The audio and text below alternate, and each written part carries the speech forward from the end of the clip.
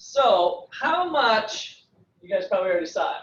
Oh, now I'm doing a little hand model. Well, you can see that the gold in this ring is just, I don't know if my hand is good enough to be a hand model, but how much advertising goes into the Nike shoe as far as the cost of production, the average tennis shoe that you got, most of you have on your feet. If you're a Nike or one of the bigger ones, how much, let's say it cost $100, how much of that $100 went into advertising costs for the company? 60? What? 20? 30? It's kind of, you never think about these things, right? That's why you guys are taking principles of microeconomics. We want you to get you thinking about that. Here's what the data shows. You've got raw materials. So land, labor, capital, entrepreneurship, kind of raw materials of rubber and fabrics and whatever makes the plastics, $9. Cost of production. Now we're adding in that you're at a company and there's workers that are putting those raw materials together, $8. We got $17 into the shoe at this point. Import duty, so being able to ship it overseas from someplace if there's some sort of tax and fees, and selling cost, $50. So now that might get you thinking, do we really want monopolistic competition? If we got rid of advertising, what if we just banned advertising? Wouldn't that bring our shoe costs down? Do we really need to watch all of those ads? Do we really need to have that blipped up in front of us when we're surfing on the internet? You know, does that add something to society? Do you guys really learn about the companies that much? So, you know, is it too much? Is it too little? Wouldn't the world be a better place? Couldn't we do that to save the starving people in Puerto Rico right now? You guys know that that place got toasted by the hurricane? Bad shape. Couldn't we ban advertising on all the shoes and take that money and save people's lives? Build up the infrastructure. Wouldn't that be a better use of society's money? What do you think? Okay, firms still do it because it makes them money, and they're going to do it anyway. How do we know that that's a fair amount of money to be spending on advertising? I'm saying that it's obnoxious. Like, we should be spending that money on saving people in Puerto Rico and other places around the world. There's people starving. You know, there's people starving in the United States. Let's just, even if you're kind of more of the nationalist mindset, let's take care of our own people. Like, we could take that $50 and nobody would be hungry every night. We'd have great school programs. You know, can't we do something like that? How do we know that that is good? What? Clinton, what'd you say? We got people with millions. Yeah, can't we just take their millions, right? Take their millions away and give them to somebody else. I don't mean to get into too deep of a conversation. Let's keep it to the selling costs for a second here. I just said they don't spend it all. Okay. They don't spend it, other people don't get it? But it's got to be somewhere. It's parked in an account somewhere, and that lender or that brokerage service has gotten it into the hands of somebody else. So that's one of the things we'll talk more about in macro class, that if you don't spend your money, but it's invested somewhere, that money's in action. Somebody's using that money. But let's stay a little more micro here. How do I know, how can I start to be comfortable that that's like not too much selling costs going on in the world? In the let's stick to the United States rather than the world. That's per shoe. Per shoe. We got a lot of shoes here too. So for the U.S. economy as a whole, there are some 20,000 advertising agencies. How many? Do we got marketing majors in here? Yeah, a few marketing people. So, which employ more than 200,000 people. So that looks good for you. And they have sales of 45 billion. The marketing company has sales of 45 billion. That means people said, hey, why don't you run an advertising campaign for me? Here's 20,000 bucks, right? That's their revenue, not that's this. So that's Nike hiring them to market their shoes. There's 45 billion. These numbers are only part of the total cost of advertising because firms have their own internal advertising departments. But the biggest part of selling the shoes is not the cost of advertising, it's the cost of retailing services. The retailer's selling cost and economic profit are often as much as 50% of the price you pay. So the profit from that retail company also makes up a large chunk. Again, if you go buy these shoes from the wholesaler, if you will, right out of the plant, right out of the factory, you're looking at 17 bucks. And it eventually makes it up to a $100 shoe. Due to advertising costs was a big share, and then getting it into trade home shoes or getting it into the Nike store at the mall, right? They're buying it at a lot less, and of course, they buy it at cost of $50, they put a $100 price tag on it and sell it to you. How do we know that that's not a broke system? How do we know that that's a good way to organize society, to have a bunch of these companies doing that type of thing? How do we know that there's not a better way to organize things?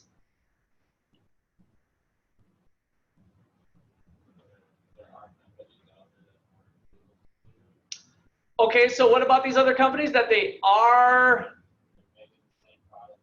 that there's other ones that are doing it?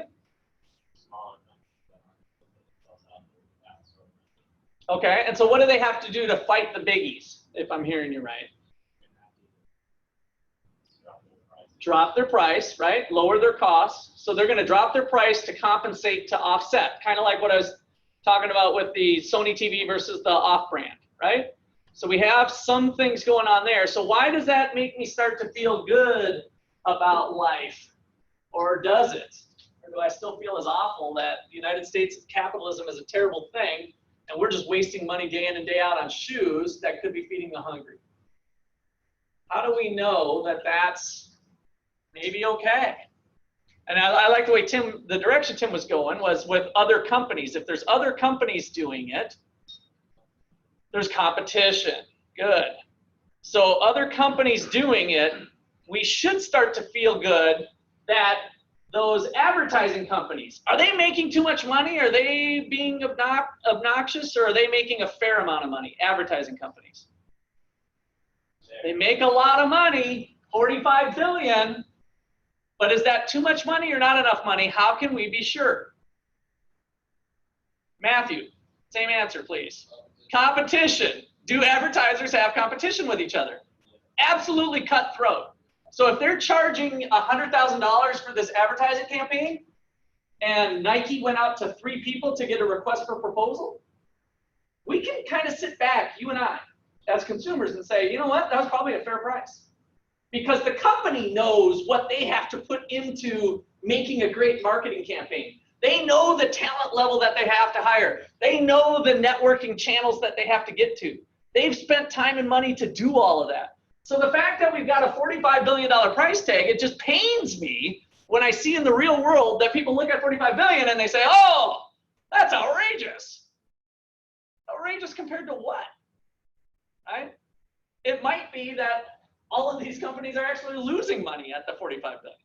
We actually don't know when we just look at the revenue side, right? We don't have access to their actual operations to know if they're losing money or making money. Indeed, some of those, a fraction of those companies are losing money that year, and then next year they hit the big account and they do really well and they make a lot of money, right? So every year we have profits and losses that are sending out signals.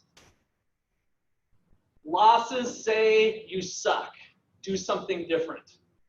Definitely don't enter this industry if most of the companies are losing money. Go find something else to do. What should I do? Oh, well, this industry, the shoe industry, economic profits, economic profits. Oh, I know, I can get in there and do something better so that my selling cost would be $10 less than their selling cost.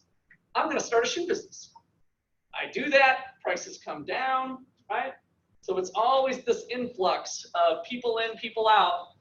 And so hopefully the thing that we can sit back and say, you know, something good comes out of the market system. As long as there's competition, the reason we have lots of shoes and lots of shoe companies and the way they're designed and all of that is because you're different. And you're different. And you're different. Even though you're sleeping. That's right. And you're different online, right? So Caroline's different. So you guys are all different. We can't serve all of your needs with a one-size-fits-all. And so the fact that we have X amount of shoe companies and X amount of shoe styles, all of that evolves organically from you revealing to the business that you're willing to part with $100 to buy that particular type of shoe. Because if you're not willing to part with $100 to buy that particular shoe, and the company's stuck with it, we did this in chapter 3, what do they have to do with their price? Lower it. And so prices adjust to reflect the value system of you guys. Every one of you individually.